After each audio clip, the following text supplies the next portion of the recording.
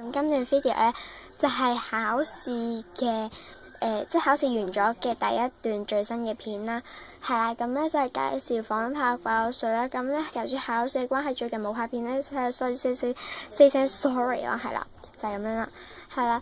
咁我對我考試嘅成績咧都唔太滿意啦，我係未盡晒全力嘅，我自己都認為係啦。咁事不宜遲，即刻介紹材料先啦，唔係即刻去介紹啲舊嘢啦，係啦，就咁樣啦，我讀出嚟咧，可能大家會清楚啲，係啦，就咁樣啦。咁佢流質量唔係好好啦，色差好大嘅。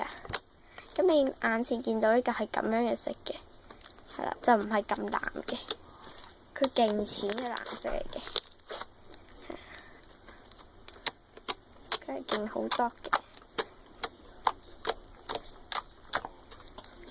好拉背得嘅，勁透，見唔見到勁透啊？俾大家睇，見唔見到勁透啊？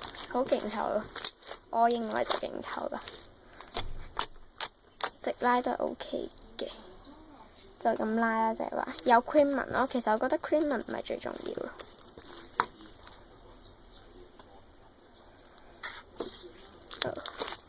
好好玩啊！就係咁樣，可能開燈會好少少。係啦，開燈嗰下閃咗一下，唔好意思。咁真係會好少少咯，但係色差都係好大咯，都係好淺。佢呢嚿真係好淺，好白淨咁樣嘅。係啦，所以就開咗燈都係唔得咯。嗱，如果冇開燈就會好深咯，開咗燈就會淺少少啦。咁都係唔夠佢嗰隻淺咯，其實咁就係咁樣啦。咁如果你中意我呢段介紹片，就 like 同啦 suggest 啦，同埋 comment 度留下言啦，問啲問題。如果我盡量答到嘅話，我答啦。如果你哋想我拍佢嘅教學嘅話，咁你哋就喺 comment 度留言啦，同埋話俾我聽啦。咁我如果話有人想睇我嘅